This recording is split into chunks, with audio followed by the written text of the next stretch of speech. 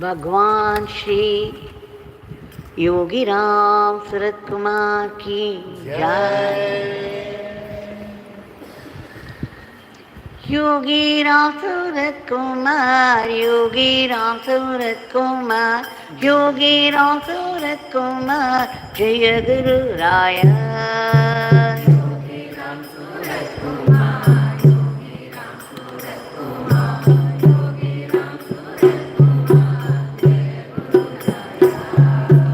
योगी राम सूरत कुमार, योगी राम सूरत कुमार, योगी राम सूरत कुमार, जय गुरु राय।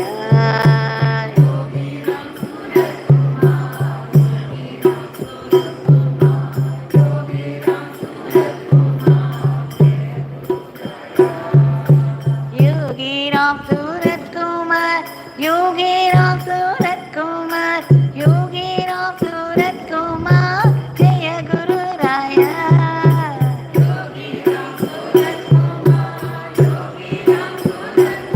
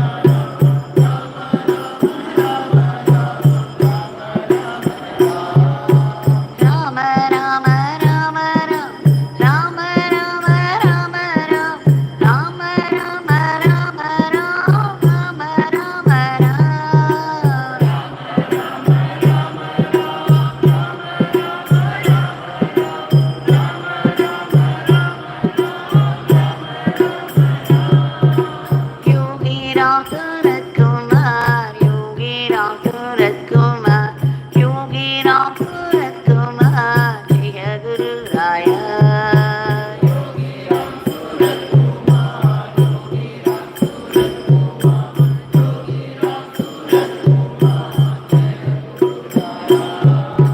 Yogi Ram Surat Kumar, Yogi Ram Surat Kumar, Yogi Ram Surat Kumar, Jaya Guru Raya.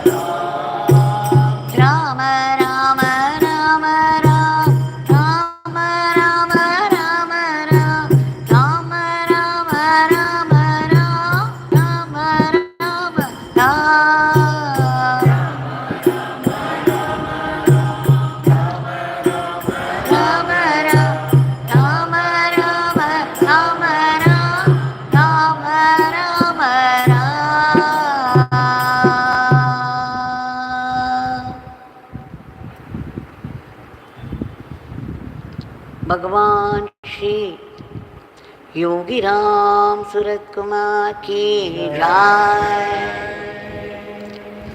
सर्वं Yogi Ram Surat कुमारार्पणमस्तु।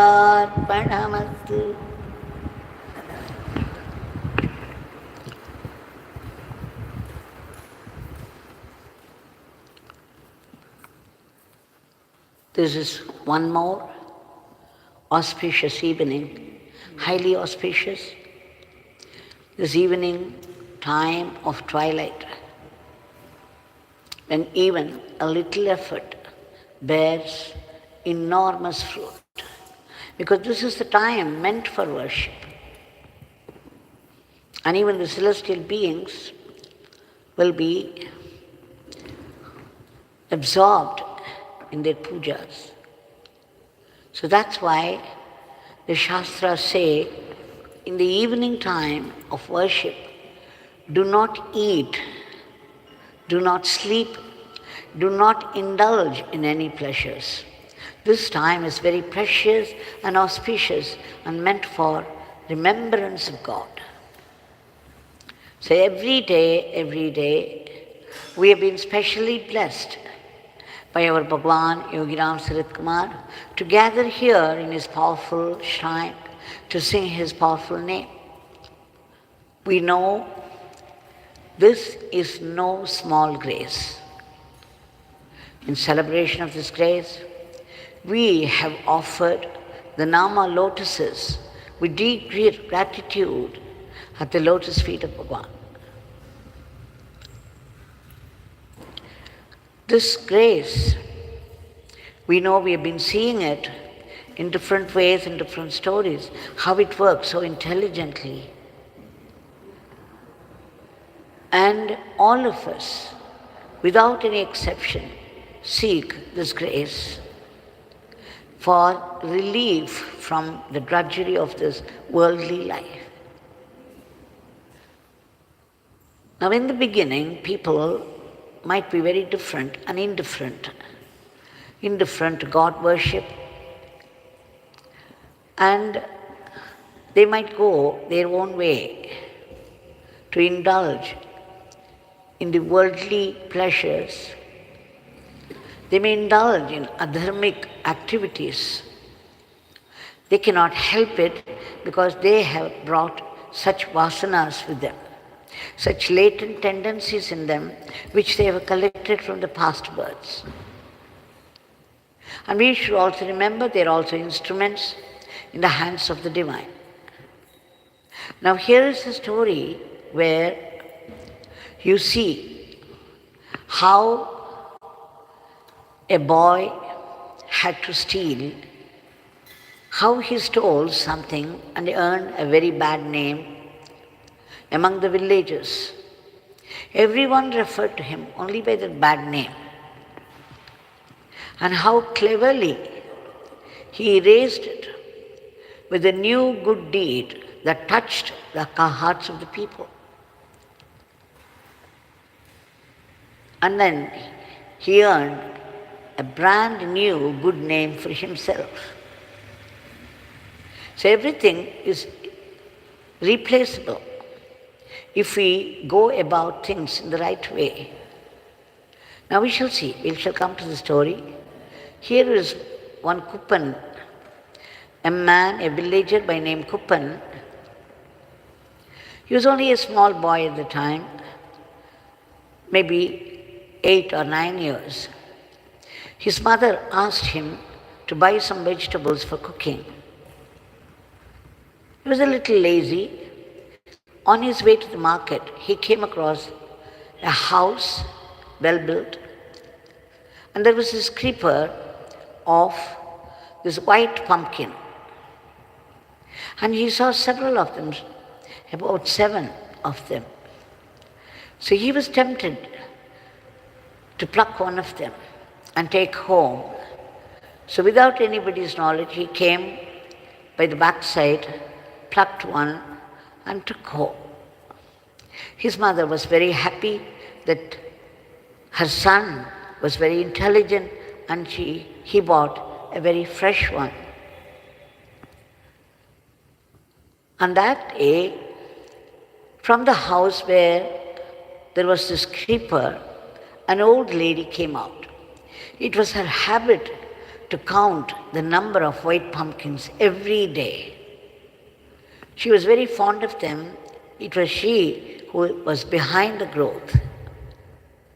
So when she counted the day, she found one missing.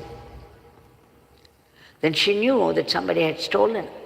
It was a small village. It would not be very difficult to find out who did it. So she resorted to a particular trick. She sent her boys to the few houses that were there, asking for some sambar. In those days, when you don't have something at home, you could send the little ones to the neighbor's house and ask for that, and they would also give without hesitation, like coffee powder or a little milk or even sambar. It happened that day, she was so clever, she asked for sambar and she sent one boy to each house and they all brought it. And she saw all of them, and there was one particular vessel which contained sambar with a little bit of white pumpkin, a small piece of white pumpkin. And she knew instantly that this was the house, the culprit was from this house. So she began to trumpet it to everybody in the village. So whenever this Kupan was walking on the road, the villagers would make fun of him, saying, "Oh, here goes the thief who stole that white pumpkin." It was a shame on him, and he felt very bad about it. But he could not help it because he had done the bad deed, and he had to go through it. But as he grew up, he got married, gave birth to a son who studied well and found himself settled in a good job. He went away from the village. Now when the son returned on a holiday to the village, he was walking on the road and suddenly people began to identify him. They said, "Oh, that man, he is the son of the thief of the white pumpkin." So even the son was identified, branded with the same name. He was not called by his name. He was always the son of the thief who stole the white pumpkin. Now the son also felt very bad, and he went and complained to his father, "Father, why did you do that? Why would you do this at all? Now you see, it has earned such a bad name for us, for the whole family. We are identified only with a bad act." And then he went away. Now Kuppan was also feeling very bad about the whole thing, and he thought about it. Then, very cleverly, he started a good deed. He was rich by then because of his son's earning. He began to feed the villagers. He would make sumptuous meal at home every day and began to feed even the poor. So every day people came to him for food and they were all fed nicely. Soon people began to identify Kuppan as the giver of prasad, the one who feeds people, especially the poor people. So he began to earn a good name. Everybody forgot that he was the thief of the white pumpkin. Now everybody identified him with a new good deed. And so when the son returned this time, everybody said, they gathered around and said, "Oh, he's the son of that rich man who feeds all the poor in the village." Now the son was very happy, and then he was all appreciation for his father's, the new found name. His father was so clever, he could think of a new good act, and he began vigorously to replace that. Now, this story tells us how we can change the way of the world if we put our mind to it. Anything that you earn, be it a good name or a bad name, is not permanent. We all know that the world, any topic would last only for 10 days, and then a new topic would take over. It's all a passing show. So one could always replace a bad deed by a new good deed and change everything about life. We know the story of Angulimala, who became a bhikshu in the end, who became a devotee of Lord Buddha. He was a terrible man. He would plunder and kill people. He would kill a child if he wanted a chain from the neck of the child. He was so cruel. And yet, one day when Buddha passed by, no matter how he threatened, he was asking Buddha to give some ornaments. He said, "Look, I am a bhikshu. Where will I go for the wealth that you are asking for? I have nothing to give except love." Angulimala threatened him in different ways, but Lord Buddha would not budge. Angulimala said, "I would kill you," and showed the knife and was even moving towards him. But Buddha stood there, rooted to the spot, and faced him with a smile. And this was a new experience for Angulimala, because whenever he approached somebody to kill them, they would be terribly frightened. They would be trembling in fear. But here is a man who could smile at death, and that changed his whole life. He asked Buddha how to become sattvic.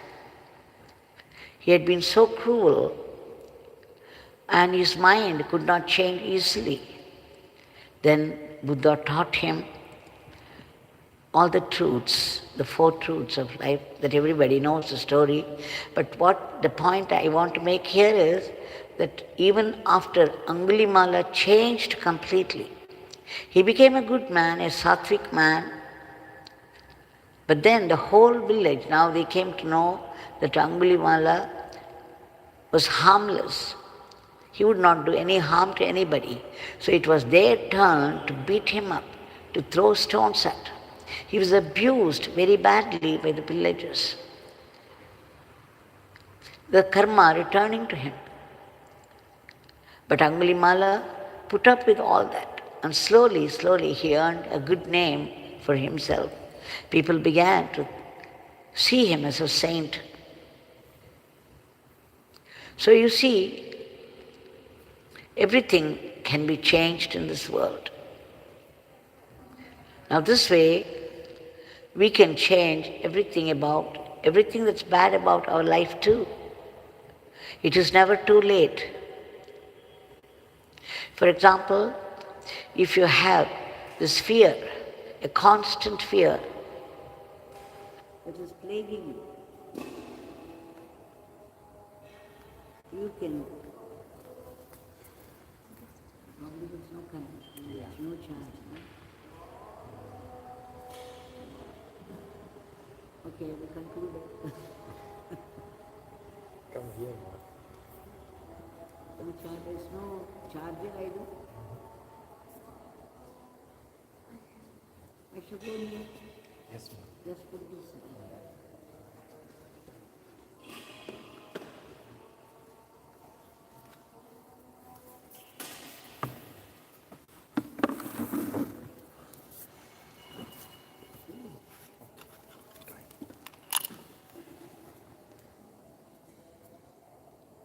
So, for example, we are often afflicted by some negative feeling or the other. Sometimes it is the fear that dominates, and sometimes it is sorrow and depression, and sometimes it is anger that consumes the whole of us. Whatever be the negative feeling, it is never too late. You start chanting the name of the divine, replace fear by nama chanting, replace worry by a prayer. So nama and prayer can replace any negative feeling if you persist. So let us convert every worry, every fear, every sorrow into nama and prayer.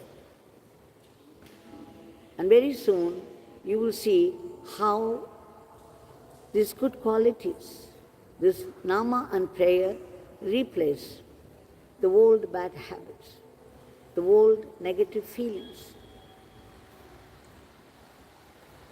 Nama is very, very powerful. It can destroy your past karmas. The fear that comes to us, a very deep-rooted fear, is from some past karma. The anger that dominates in us is because of some past karma. The sorrow and depression are due to some bad karmas of the past birth. Every negative feeling, there is behind every negative feeling, there is a bad karma. So the only way to uproot this fear or sorrow or jealousy or passion or anger is to destroy the past karmas. So how do we go about it? Our Bhagwan has said, you chant the name. Even if you don't have faith, it's okay. Even if you don't have devotion, even if you don't have concentration, just go ahead with the nama. Keep on chanting, chanting, chanting. Continuously, without stopping. And soon, at some nama or the other, everything would begin to change. Until then, you have to work hard without stopping it. Don't give in to weakness. So let us resort to the continuous, ceaseless chanting of the name, even if it is mechanical. If it is mechanical, we have to increase the nama. We have to increase the quantity. And quality will soon appear. And then you would see how everything changes. The fear would change into joy. The sorrow would change into joy. The fear would soon change into hope. When we think of the past, it's always something that happened, that pained us in the past. And when we think of the future, it is fear, the uncertainty, the insecurity. So, by thinking of the past and the present, we are bringing in the suffering that we went through in the past to the present, and we spoil the present. When you think of the future, the insecurity, the fear, and your own imagination, you bring to the present and spoil the present. So always people live either in the past or in the future, or in the present, spoiling the present. So let us not indulge in the thoughts of the past or future while living in the present. Let us preserve the present. How do we do it? When you chant the name, you are chanting the name of God. And God is ever fresh. God is always the present moment. So if you learn to live in the present, you will be free of your past and future. And that we can do by chanting the name of God. So let's remember, again, Bhagavan has said, when you chant the name of God, God is instantly present with you. You may not be aware of it, but it is true that He is present and He is listening to you. He is listening to your prayers and He will fulfill it in His own time. So let us replace every fear by hope and every sorrow by joy. The Nama is a very powerful, blessed instrument. We shall now offer our today's prayer at the lotus feet of Bhagavan. Bhagavan, we beg you again and again, a million times, for your immediate divine intervention to change the way of the world. The world is now occupied by Angulimalas, the past Angulimalas, and Kuppans, and yet you, the cosmic controller, can change everything. There is so much violence everywhere, growing enmity, growing misunderstanding between people. There is already the war that's going on with its disastrous consequences. Not to mention the killer diseases that attack us often unawares. And then the violence of nature.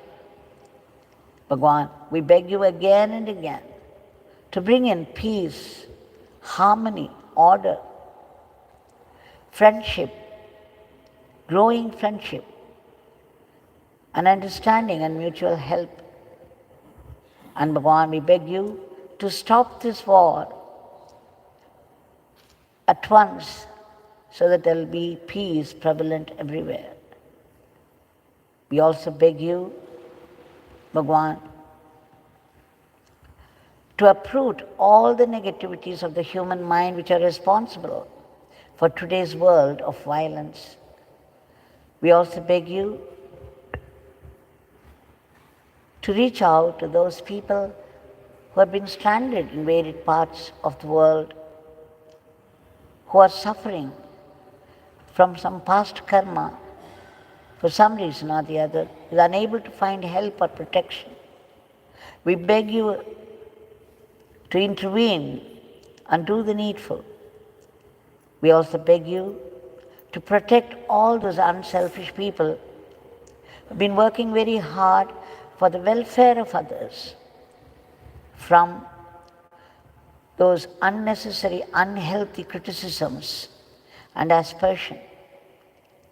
Bhagavan, we beg you again to promote the economy of the country, to give a boost to it, and to promote the growth in varied fields of activity so that India would reach that high status of Vishwaguru, the Lokaguru, the world teacher, and would run the whole world in the path of Dharma. And Bhagavan, we pray to you in all intensity, sincerity and earnestness for ceaseless, joyful chanting of your powerful name, an unbroken remembrance of your Leelas and teachings.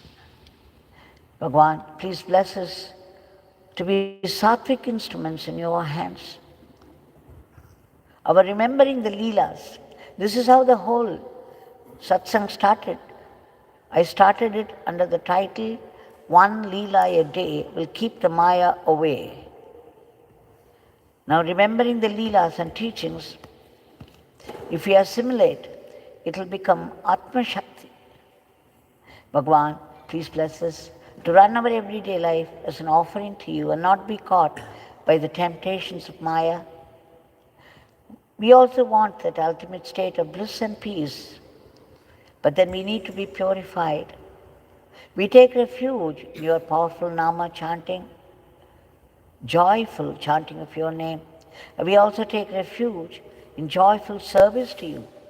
Wherever we live, in whatever part of the world, and whatever work falls upon our hands, if we do it in the spirit of service to you, and joyfully at that, without any unhealthy competition or jealousy, then all this would become once again Atma Shakti. The whole cosmos is your work. Whatever work is there in the cosmos is definitely your work, and we do it as seva to you. We benefit immensely spiritually. And Bhagavan, please help us to practice acceptance of whatever life brings to us, be it a joy or sorrow. Coming from you, the source, it can only be a definite blessing, and it's meant for our spiritual growth. If we don't suffer in life, we may not turn to God intensely. In that sense, it's a blessing in disguise. And Bhagavan, please bless us to be able to feel your living, vibrant presence everywhere and in everything. And again, bestow upon us that grace which would enable us to see your sankalpa, your will, behind all the happenings of life. When there is a sudden attack of some past karma, immediately things would change dramatically. Everything would go wrong in our life. Even innocent remarks will create a trouble out of all proportion. Out of proportion. And we feel very depressed. We begin to resent God. We put the blame on others for our own failures. And you know what follows? The depression and medicine till the end of the last breath. But then our Bhagavan has given word for those of us who chant His name and do service to Him, will be helped by Father. Father would convert all the difficulties into great blessings. Please bless us to be grateful to you all the time. And we seek your blessings, powerful, precious blessings for all the creatures of the cosmos, in whatever state of being they are, in whatever state of misery they are, to be lifted to a higher plane. And finally, we who have been seeking only solutions to our endless problems of life, now seek dissolution of the root cause of it all. And what is it? The identity that I am the body, the ego, the I and mine that rule our lives all the time. Please save us from that and liberate us from the vicious cycle of births and deaths, so that we be blessed with that immortal life, that eternal living and eternal servitude to you, the eternal supreme divinity. Jai Yogi Ram Sarat.